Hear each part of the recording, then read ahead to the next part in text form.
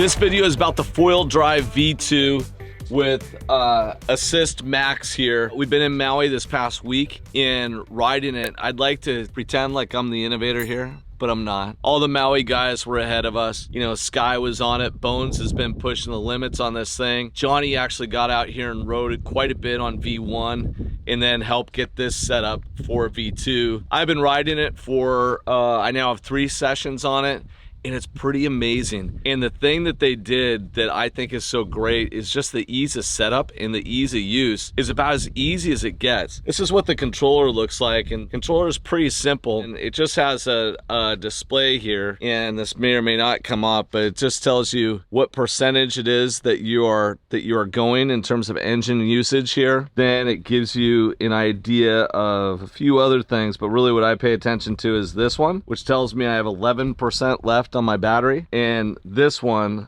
that tells me how much pressure I have going through there. Now the thing about this, when you're going into the waves, for me it was a trip saver. You know, I brought my wing foil stuff, I brought my prone foil stuff, but unfortunately it's Kona winds, south winds coming in, and so to go out with the wind in your face over a ka'a, having foil assist, no big deal. Yeah, you feel a little bit of pressure, but it gets you in there and ensures that you're gonna get a killer session. So I'm gonna show you a couple things in this just in terms of basic setup, and then we're gonna hopefully bring Johnny on from Seattle and we'll blend it just to tell you how to use this. But I really think a foil drive is being one of those things. It's like having toe-in without a toe-in assist. I mean, it's like without a jet ski. You're going out there banking on those waves, and then you elevate to get above the engine, so you're just foiling. So for me, you know, I had to learn just kind of get over it. You know, I thought when I first went out there, I needed all my rides to be up above here, but that's nonsense. Do whatever feels good. And so typically I'll keep this thing engaged while I'm riding on those waves, so when I come back and hit the water, it's a gentle kind of back up. One of the number one things that I learned in this process for me when I was coming up to speed on foil drive was to keep this unit at about 60% when you're cruising around. I kind of started out being Johnny Throttle, Whiskey Throttle, just and what happens is you get this tortoise. And so when you get it to 60%, you can get a balance point where you keep that board relatively flat and just kind of go out there until you find the wave that you want, and then you carve down and everything's great. So let's go ahead and look at a couple parts of this. Okay, so this little piece here is the nose cone. You'll see that the difference between foil drive V1 versus foil drive V2, foil drive V1 went on top of the board. Foil drive V2 goes underneath here. This little cone protects the battery. So you want that to be watertight, but this is just a plastic cone that goes over the battery. And then the battery here, that's what it looks like. This one here is the smaller battery. This one right here, depending on how good you are, is going to be somewhere between 20 minutes and 50 minutes. Put a little bit of this foil drive grease, you know, on the battery to put it in. And then it's as easy as just inserting this right here. And then your next step, I think they did a phenomenal job with their software. I'll show you what this looks like. It's very, very basic, non-complex, non-technical. All you do is open up the foil drive app. It looks like this. And it has a very simple, just get started. And I'm not sure if you can see that on there, but here I just hit get started. And then it has me scan the foil drive. So they put a QR code right here. So I just scan that. And then it says scan battery. And I just come here, scan the battery. It's done that. I need to turn on the controller, which I've done. And now it's connected. Then all I need to do is go here, set up for riding. I typically am gonna go with this medium right here and confirm that. And then boost mode for acceleration. I'm just gonna save and confirm programming the foil drive. I'm ready to go. So I just go ahead and hit that. And now that's all it takes. Now I'm just ready to go. There's a couple different battery sizes that you can get, and the longer length one just gives you more time on there. I think it's actually kind of nice to have a mix of the two. You know, for my sessions, the 3 days I've went, I've used 2 small and 1 big, and that has given me about 3 hours of time out there on the water, which, you know, is enough to really kind of get a good full experience. I will tell you one of the tips that I learned coming out of the water the first time, just like on an e-foil, make sure you turn the remote off, you know, because you can accidentally hit this trigger, and this is gonna spin, and unless you got a whole Van Gogh thing going for you, you want to keep your ears and other body parts. Also, similarly, you know, with the e-foil, when you fall away from it. You know, when you're looking at this board that we have here, it's a little over 4 feet, and this is a more of an advanced board that John and I like. You actually have to catch a wave to get up and then exit on it. There's bigger ones. So the bigger the board, the easier it is to get up, but the more swing weight you have. The smaller the board, the more challenging. So pick the right board for you in terms of where you are in your progression to make it easy, because ultimately this is about being fun, getting out there and having fun. This is foil drive, Assist Max. It's the V2. This thing is awesome. We're gonna play around with it a lot this summer behind boat waves on Lake Washington. But I tell you what, if you're taking a surf-oriented trip and you can take a foil drive with you, you know, prone or wing, do whatever it is that you enjoy. But having the foil assist there is just an insurance policy. Nobody was out proning or supping today over at Ka'a, but I was out there ripping up the waves because I had foil assist. All right, Sky, here we are at the rail with the foil drive. I'm with the Pioneer Bones. We call it the Boney Express. Got the battery on our 4.0 board. I'm running the 72 Mast. We'll see how it works, but we're hoping to catch more waves than we should be allowed. Bones, what do you think? I disagree with everything you said.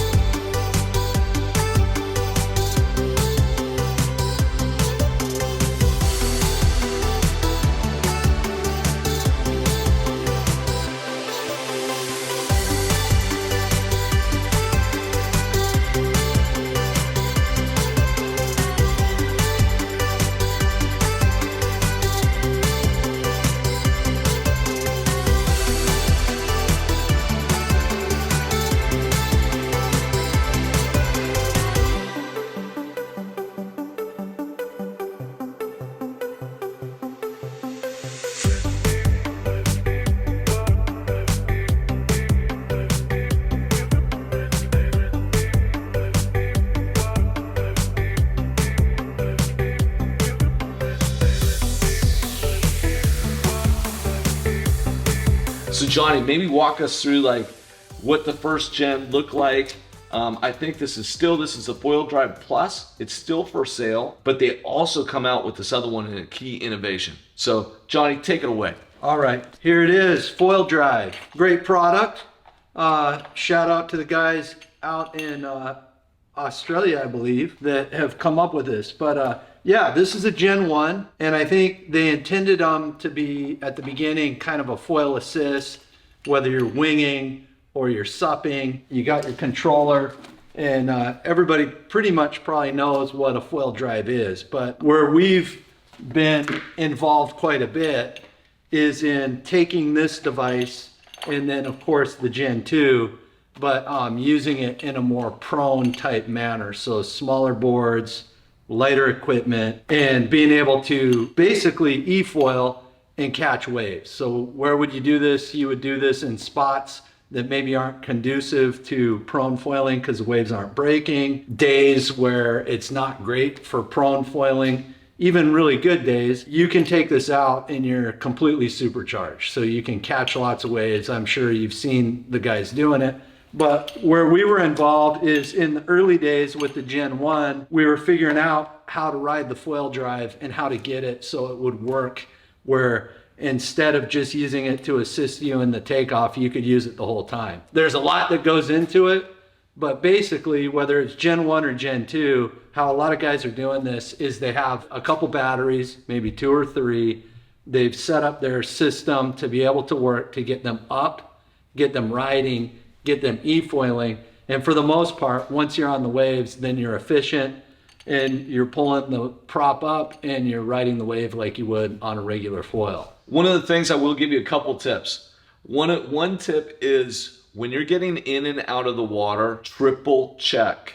Make sure that your controller's off, because sometimes you come in, you're a little bit dopey from being out in the water for all that time and you're super stoked because you had a great trip. You might forget to turn off the foil drive. So whenever you're getting in and out, make sure you turn it off. Look at the screen, make sure it's off, and then you'll be okay. I think that the other tip that you guys worked on a lot with Bones and Sky and other folks was the height on the mast. You know, foil drive will tell you can put it down here at the bottom if you want more of just an e-foil experience.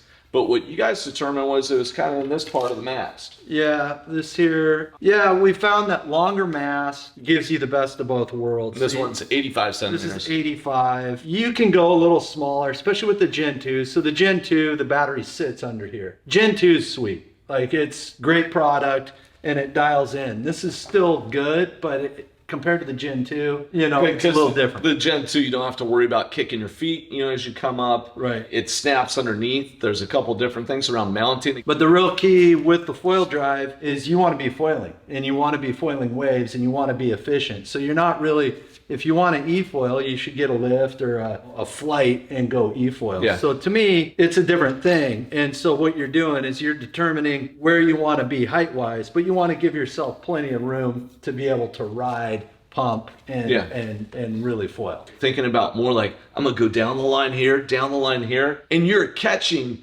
20, 30 waves in a session. Yeah. Plus, it's crazy. The other thing I'll tell you, please, etiquette-wise, stay away from the prone foilers, stay away from the surfers, go to your own space. You're not working hard to catch waves. Don't interrupt somebody else's ride. Foil drive enables you to foil in places where there's not much else going on. It's tempting to, hey, I want to go in the break because the waves are right there, but it's still up for debate. Like currently in Maui, they want you to get your board and to register it just like a vessel with the DLNR. So it's kind of fits in this category where not quite sure how to regulate it, but in general, you have the ability to catch waves, ride waves. It isn't the same as prone, but you're way more advantaged. It does make noise, can be annoying. If you're in a break where guys are out there, they've earned it, I would say find a place away from them so you're not bugging them. That's the best way to keep from any kind of controversy. Yeah, I had a couple waves. I was coming down, and as I went down that wave face, I saw a guy coming at me this way. I know he was prone, so I was like, I'm out. That's you know, that was his wave. And so just be when in doubt, stay away from other people and really enjoy. You know, I think the thing about this is it is going to open up the doors for downwinding. So attach it like on the downwind board back there just to help you kind of get up. For wing foiling and light winds, we haven't tried that. We've just done prone. But to be able to just squeeze this a little bit, light winds to pop yourself up or downwinding, I think this is really cool. Yeah.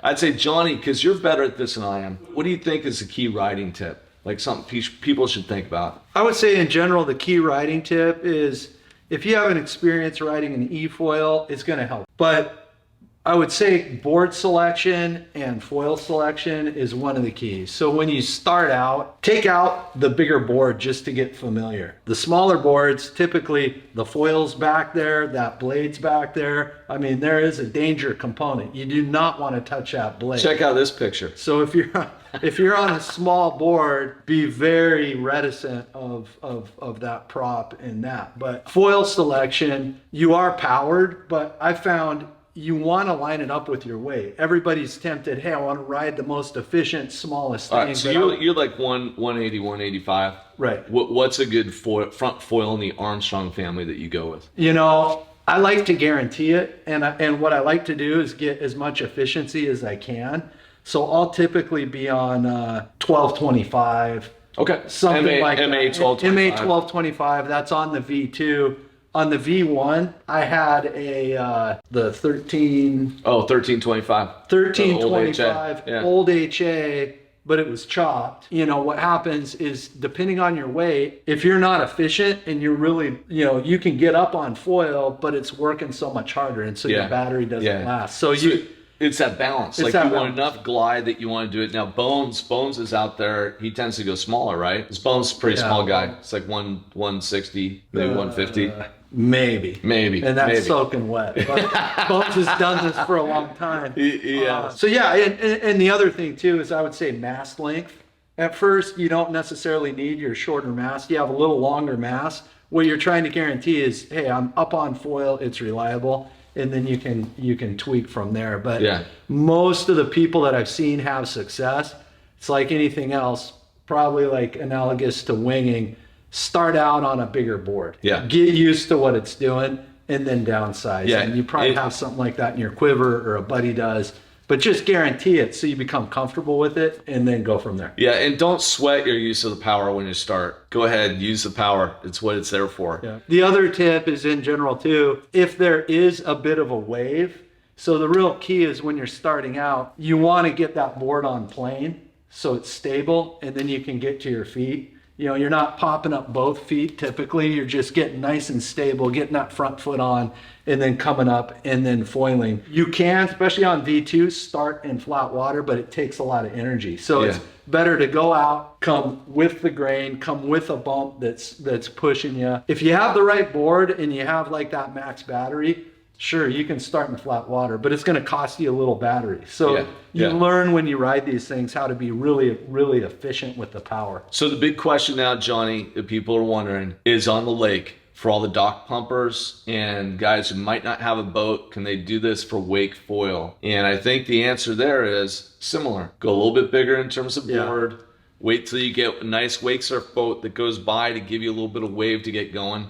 We're going to be playing around with that all summer, but I think that's a great way to go. Well, I would say the real key with foil drive that I've found, thin is in, and it's kind of following the trend of what you're seeing at places like Ka'a. Okay, so like the boards out at Ka'a, it used to be prone boards, kind of short, fat. Foil drive likes a little longer, little flatter rocker, you know, almost kind of like out at Ka'a, we got this board behind us, but you're seeing guys ride prone on boards that are thin, very efficient to paddle, and you know, smaller versions of the Barracuda. These types of boards and these, and even smaller, like this is more for Downwinding. Stand up, downwinding, but this type of board will get up on a foil drive no problem. So if you are on the lake, that's the thing, and there's a bunch of videos out there where you can see what other guys are doing. But absolutely, with the foil drive, you could get up flat water if you're on the right board, and then you could go get into boat wakes and things like that. No question about it. But I would say with the lake, the ocean, you have consistent waves to push you, so it helps you, especially if you're heavy like me or whatever. And then that's a function of having the right board. So just very efficient through the water type of board, little longer, little maybe thinner, and very low rocker, so it gets you up out of the hole. So I mean, bottom line is these things are really fun. And if you're a wing foiler, downwinder, you want a little extra help, great. For prone, it's next level fun. I hope this review is useful for you. I hope the segment of Johnny talking about his experience on foil drive blends in okay. Regardless, I really appreciate you guys checking out our videos. If you have any questions whatsoever, just leave them below. We'll do our best to get back to you really quickly. And most importantly, get out there and get on foil and have a great time. Thanks so much. Aloha.